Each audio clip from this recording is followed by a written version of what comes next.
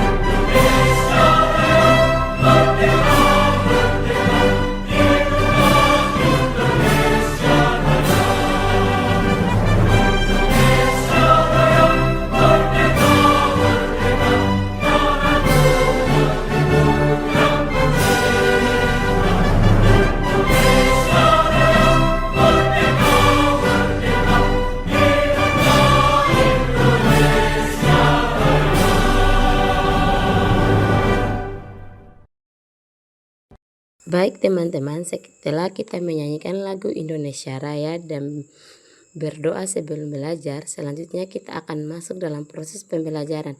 Adapun tujuan dalam proses pembelajaran ini terdiri dari 3. Yang pertama, mengenali keberagaman hewan di sekitar kita. Yang kedua yaitu memahami bahwa anggota tubuh hewan memiliki bentuk anggota tubuh yang berbeda-beda di setiap hewan. Yang ketiga yaitu melakukan penyelidikan fungsi bagian tubuh kaitannya dengan perilaku hewan. Baik teman-teman, setelah kita mengetahui apa tujuan pembelajaran kita kali ini, kita akan masuk di materinya. Pertama, apa pengertian hewan? Hewan adalah organisme multiseluler yang termasuk dalam kingdom Animalia. Mereka memiliki karakteristik yaitu 3. Yang pertama, bergerak. Walaupun beberapa hewan tidak dapat bergerak secara signifikan. Contohnya seperti hewan melantah, itu kan mereka bergerak, kita bisa lihat sendiri secara lambat, tidak seaktif hewan-hewan binatang buas. Selanjutnya hewan itu dia mencari makan atau dia itu tidak bisa memproduksi makanan sendiri. Dia itu mencari makan dari tumbuhan atau dari sisa-sisa makanannya manusia. Yang ketiga yaitu berproduksi secara seksual atau aseksual. Yang ini dimana artinya yaitu mereka berkembang biak dengan cara seksual dan aseksual. Yang keempat yaitu memiliki sistem saraf dan indera untuk memproses lingkungannya. Ada beberapa contoh hewan yang memiliki indera di atas rata-rata kemampuan manusia, seperti kelelawar contohnya, mereka memiliki indera pendengaran yang begitu besar.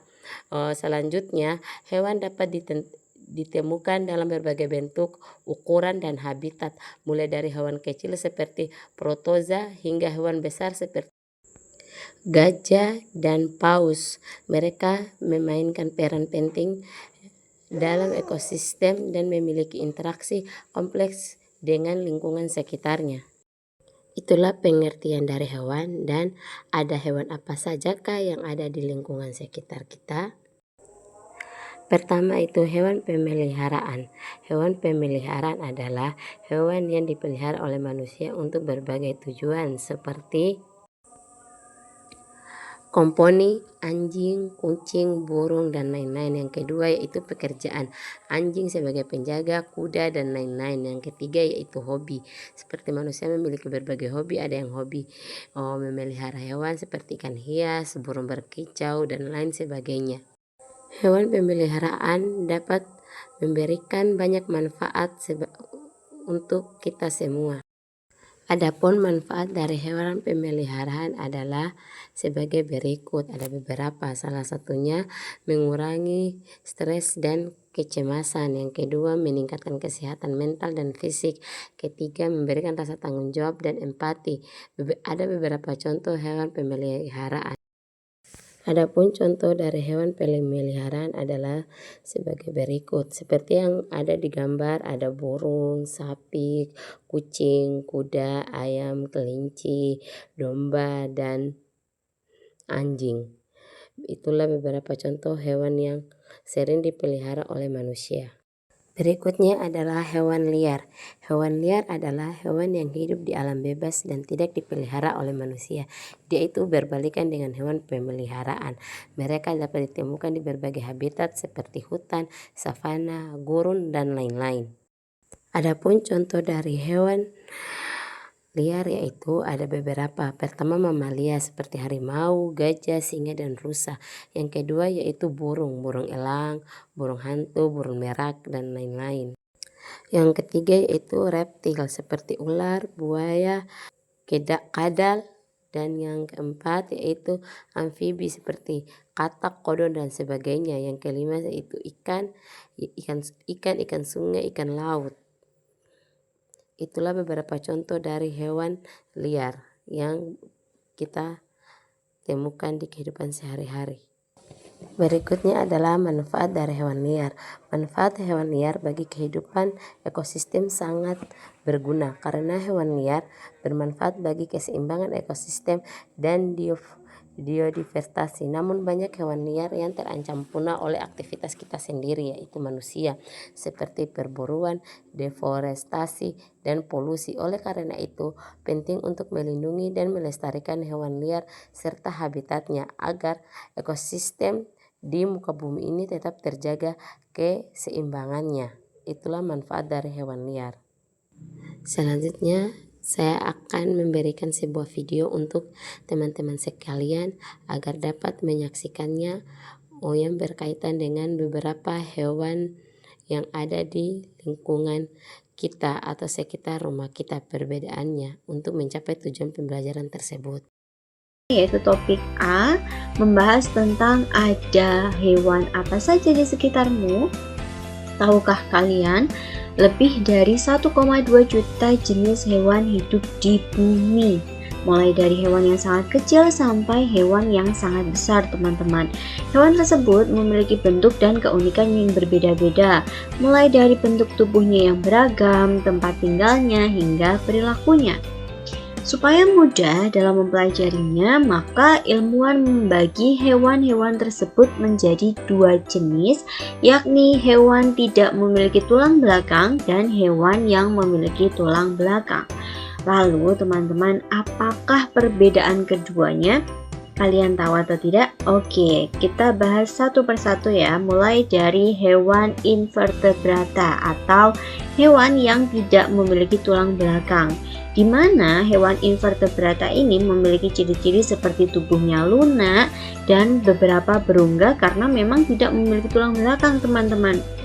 Hewan-hewan yang termasuk dalam kategori invertebrata itu ada beberapa jenis. Yang pertama, ini ada hewan berpori. Contohnya adalah spons. Ini ya teman-teman, seperti ini spons yang hidup di laut. Kemudian yang kedua itu adalah hewan berongga. Contohnya ada ubur-ubur dan bunga karang. Lalu contoh hewan invertebrata yang ketiga adalah cacing. Contohnya ada cacing pipih, cacing benang, dan cacing gelang. Lalu yang keempat itu ada hewan lunak. Contohnya ada kerang, siput, cumi-cumi, dan sebagainya, teman-teman. Lalu, kelompok hewan invertebrata yang kelima adalah hewan dengan kaki beruas. Contohnya ini ada kepiting, kemudian ada udang, laba-laba, dan juga belalang. Sementara contoh yang keenam itu ada hewan berkulit duri.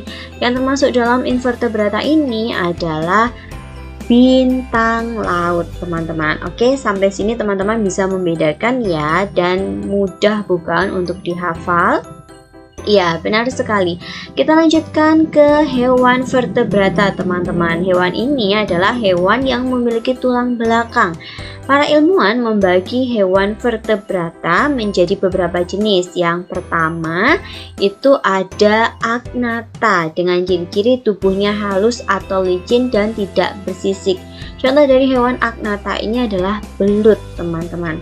Lalu yang kedua itu ada pisces, sering kita kenal dengan ikan. Jadi semua ikan yang hidup di laut maupun hidup di air tawar itu masuk ke dalam contoh dari pisces ya, teman-teman. Lalu yang ketiga itu ada amfibi, merupakan hewan tulang belakang yang dapat hidup di dua alam, teman-teman, yaitu dapat hidup di darat dan di air. Contohnya ada kata. Lalu kelompok hewan vertebrata yang berikutnya itu ada reptil, teman-teman, yaitu hewan yang melata. Contohnya ini ada ular, kemudian ada buaya, ada kadal, lalu ada kura-kura. Dan kelompok hewan vertebrata berikutnya itu ada aves, teman-teman, merupakan hewan yang memiliki bulu. Contohnya ada burung elang, kemudian ada ayam, dan ada bebek. Kelompok hewan vertebrata yang berikutnya itu ada mamalia, yaitu hewan yang menyusui. Contohnya itu ada kucing, kemudian sapi, kemudian nanti juga ada kuda, ada kambing, dan lain sebagainya, teman-teman. Oke, kita lanjutkan ke topik B, yang mana kita akan mempelajari apakah semua hewan sama. Sama tidak teman-teman? Oke, kita cek ya sama atau tidak. Ternyata setiap hewan itu memiliki ciri khasnya masing-masing teman-teman. Contohnya kucing dan cacing, di mana kucing memiliki 4 kaki, sedangkan cacing tidak memiliki kaki. Kucing memiliki mata, telinga, hidung, dan mulut, sedangkan cacing sama sekali tidak memilikinya. Kucing dapat berjalan, sedangkan cacing hanya bisa menggeliat. Keduanya memiliki tubuh dan perilaku berbeda. Jadi, hewan satu dengan hewan yang lainnya itu berbeda ya teman-teman. Banyak sekali jenis hewan dan mereka berbeda satu dengan yang lainnya teman-teman. Ada hewan yang hidup di darat, di air, ada juga hewan yang bisa hidup di dalam tanah. Ada hewan yang bisa terbang, tapi ada juga hewan yang tidak bisa terbang. Selain bentuk tubuhnya yang berbeda-beda, ternyata ada juga hewan yang bentuknya terlihat sama, tapi ternyata berbeda jenis teman-teman. Seperti kucing yang umumnya kita temui seperti berikut ini teman-teman. Nih, jenis kucing yang populer di Indonesia.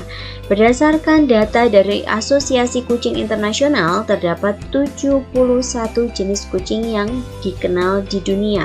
Ini ada kucing Angora, kucing Persia, kucing Siam, Scottish Fold, dan lain sebagainya. Setiap kucing bisa memiliki bentuk fisik yang berbeda teman-teman. Bentuk rambut kucing Persia panjang dan tebal, berbeda dengan kucing Siam yang pendek dan halus. Ini ya, bisa dilihat. Bulunya tebal dan panjang, sementara Siam itu bulunya pendek. Lalu, bentuk wajah kucing Angora dengan kucing Siam juga berbeda teman-teman. Namun, meskipun demikian mereka termasuk satu spesies, yakni spesies kucing.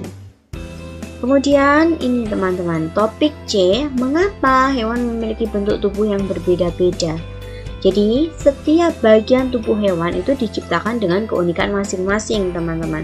Meskipun bagian tubuhnya terlihat sama, tapi fungsi dan bentuknya berbeda. Contohnya seperti kaki kucing dan kaki anjing. Kaki kucing runcing dan melengkung, berbeda dengan kuku anjing yang tumpul dan tebal. Nih, bisa terlihat ya teman-teman, kuku kucing ini bagian atas itu runcing dan melengkung, sementara kuku anjing itu tumpul dan tebal. Lalu ini, telinga kucing itu dia tegak teman-teman, sementara telinga anjing itu lebih panjang. Kemudian moncong kucing ini lebih pesek ya daripada moncong anjing yang mancung. Jadi kucing itu dibekali kemampuan untuk memanjat dan memiliki gerak yang lincah. Oleh karena itu, kuku kucing tajam dan melengkung agar bisa mencengkram pohon atau benda lain sehingga mudah untuk memanjat teman-teman. Sementara berbeda dengan anjing yang tidak bisa memanjat, kukunya hanya digunakan untuk membantu berlari dan membuat gerakan berbelok. Anjing umumnya lebih berat dari kucing. Kukunya lebih besar agar lebih mampu menopang tubuhnya. Begitu ya teman-teman. Paham ya? Oke, kita lanjutkan. Jadi, bentuk bagian tubuh hewan dipengaruhi oleh perilaku dan cara hidup hewan tersebut. Kemudian cara makan, cara bergerak, cara mendapatkan makanan, cara beraktivitas sehari-hari, dan sebagainya. Setiap bagian tubuh hewan berfungsi untuk membantu hewan agar dapat bertahan hidup, teman-teman. Berdasarkan jenis makanannya, hewan dibedakan menjadi 3, yaitu yang pertama ada hewan herbivora. Hewan-hewan yang memakan tumbuhan seperti kelinci, sapi, dan kambing. Bentuk gigi hewan ini rata dan tidak memiliki taring, teman-teman. Berbeda pula dengan ayam dan burung yang memakan biji-bijian. Hewan ini memiliki paruh yang kuat untuk menghancurkan makanannya. Lalu, kelompok yang kedua itu ada hewan karnivora, yaitu hewan-hewan yang memakan daging seperti anjing, kucing, harimau, singa, buaya, dan lain sebagainya. Hewan ini memiliki gigi taring yang berfungsi untuk mengoyak daging yang mereka makan. Lalu jenis hewan yang ketiga itu ada hewan omnivora, merupakan hewan yang memakan segala, yaitu hewan ini memakan tumbuhan maupun hewan lainnya teman-teman, seperti monyet, tikus, babi, rubah, dan sebagainya. Itu adalah 3 kelompok hewan berdasarkan jenis makanannya ya teman-teman. Oke, sampai sini paham bukan? Ya, sekiranya cukup sekian yang bisa saya sampaikan pada kesempatan kali ini. Baik teman-teman, setelah tadi teman-teman mendengar materi mengenal hewan di sekitar kita, di sini Ibu Guru akan merangkup lagi lebih sedikit tentang materi kita, yaitu perbedaan antara hewan invertebrata dan hewan vertebrata.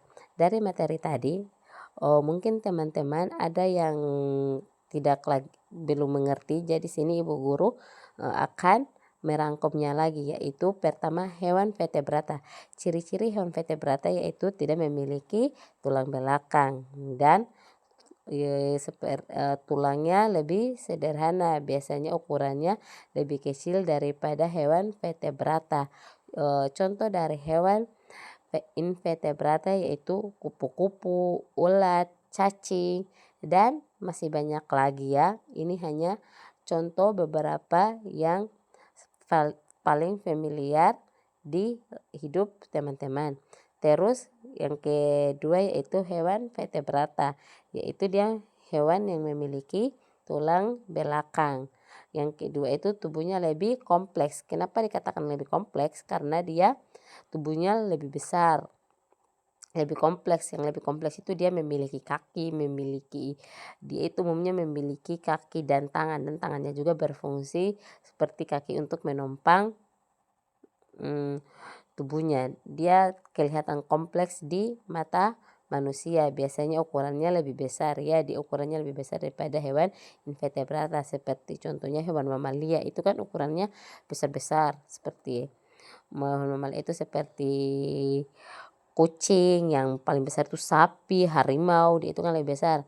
Dan contohnya kucing, burung, ikan, dia itu adalah hewan invertebrata. Dan masih banyak lagi hewan lainnya, contoh-contoh hewan dari invertebrata ya teman-teman. Baik teman-teman, setelah tadi kita mendengarkan apa itu hewan vertebrata dan hewan invertebrata, selanjutnya kita akan mengetahui dari ciri-ciri hewan tersebut. Adapun ciri-ciri umum dari hewan invertebrata dan vertebrata yaitu membutuhkan makanan. Ya teman-teman, semua makhluk hidup di muka bumi ini membutuhkan makanan, baik itu manusia, hewan maupun tumbuhan. Yang kedua yaitu bernafas ya. Begitupun juga dengan hewan, dia juga bernafas. Kalau ketika hewan tidak bernafas, maka dia dinyatakan telah meninggal. Yang ketiga yaitu berkembang biak. Layaknya seperti manusia, hewan juga melakukan perkembangbiakan. Adapun hewan melakukan berkembang biak ada beberapa, yaitu dengan cara bertelur, mamalia, beranak, dan seterusnya. Dan yang keempat yaitu bergerak. Kenapa ciri-ciri hewan itu bergerak? Walaupun itu hewan melata atau reptil, ini yang invertebrata, tetap dia bergerak walaupun pergerakannya lambat, karena salah satu bentuk dari hewan itu bergerak. Tidak ada hewan di muka bumi ini yang tidak bergerak. Yang kelima yaitu atau yang terakhir yaitu hewan tumbuh dan berkembang. Kenapa hewan bisa dikatakan tumbuh dan berkembang? Dari ciri-cirinya hewan itu dari seperti kita ambil contoh yaitu ayam ya. Pada ayam kita bisa lihat ayam yang kita pelihara, dia itu tumbuh dan berkembang. Seperti juga manusia, dari awalnya dia belum bisa, kalau dia habis menetes itu bertelur, dia menetes, dia belum bisa turun dari tempat tinggalnya. Di situ kita bantu dia untuk turun, itu namanya tumbuh tumbuh. Kenapa dia bisa tumbuh? Makin hari dia sudah bisa turun dari tempat tidurnya, dan dari awalnya dia belum bisa terbang tinggi, makin bertambah usianya dia makin bisa terbang tinggi dan berkembang. Berkembang itu adalah dia memiliki keturunan, yaitu dia memiliki keturunan. Jika hewan itu tidak berkembang, maka dia bisa dikatakan hewan langka. Jadi di Indonesia juga ada beberapa yang sudah dikategorikan hewan langka karena ada beberapa faktor. Ada faktor karena ulah manusia sendiri, dan ada juga karena perkembang biakannya sudah tidak baik. Begitu ya teman-teman, ciri-ciri hewan secara umumnya. Baik teman-teman, setelah tadi kita mempelajari dari apa itu hewan, apa itu perbedaan hewan invertebrata dan hewan vertebrata, apa ciri-ciri dari hewan tersebut. Kini pasti terbesit kepada teman-teman, mengapa kita harus mengenal hewan di sekitar kita? Kan hewan juga tidak terlalu bermanfaat untuk kita, bahkan itu hal yang tidak perlu kita kenal.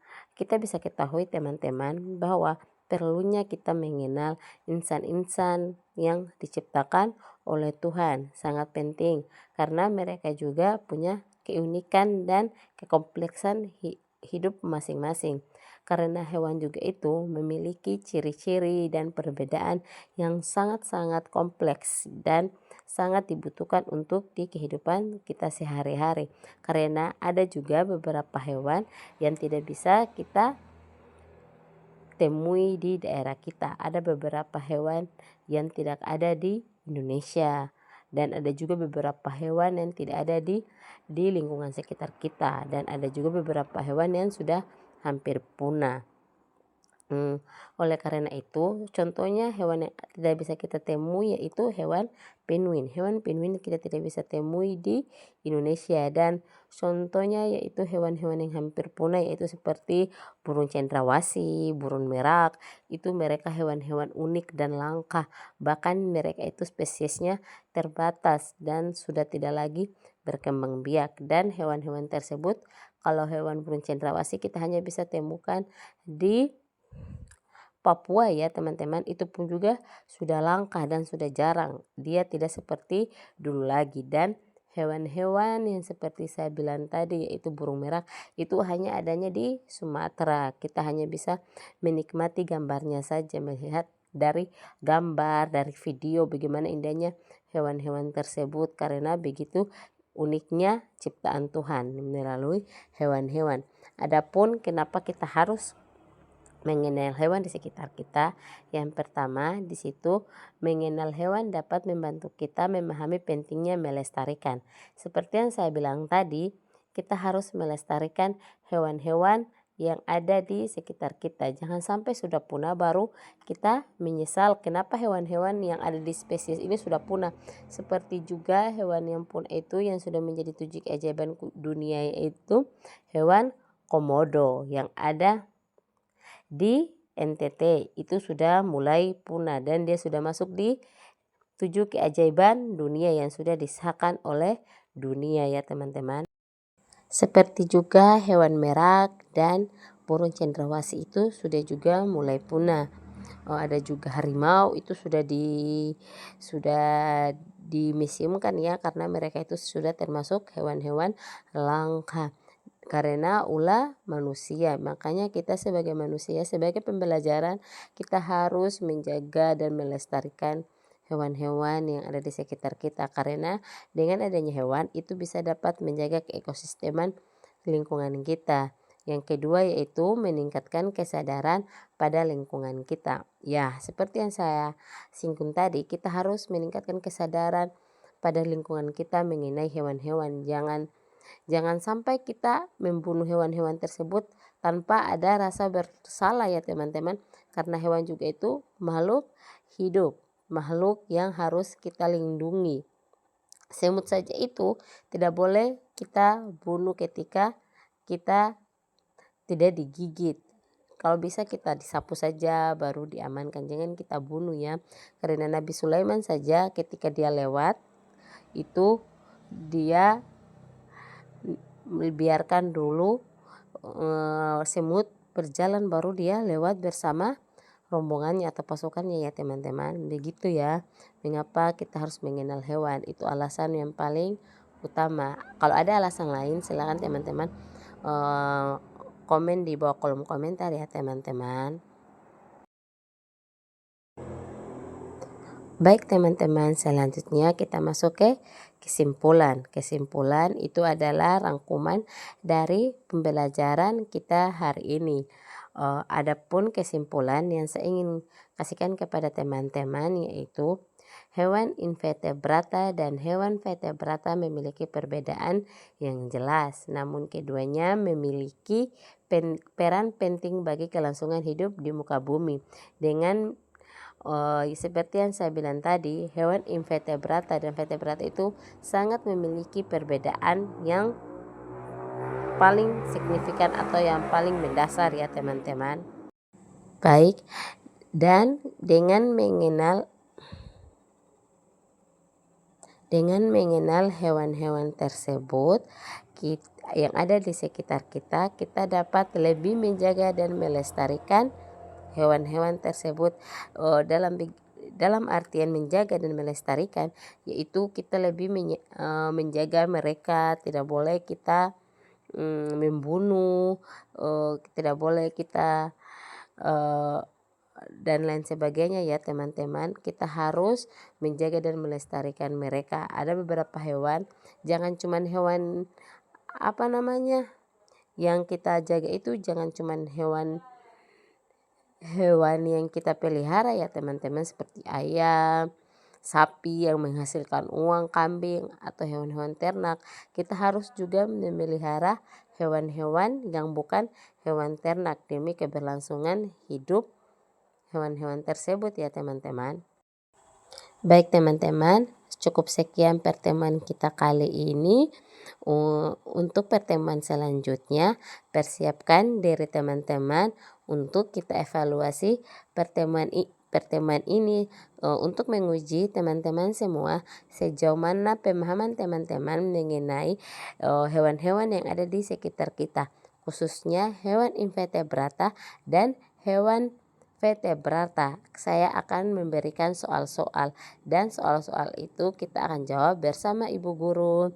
Dan jangan lupa ya teman-teman, ketika sudah menonton video ini silakan like atau komen, dan komen itu untuk mengetahui kehadiran teman-teman. Caranya tulis nama teman-teman, siapa nama lengkapnya, agar teman-teman diketahui bahwa telah mengikuti proses pembelajaran IPA dengan subtema mengenal hewan di sekitar kita.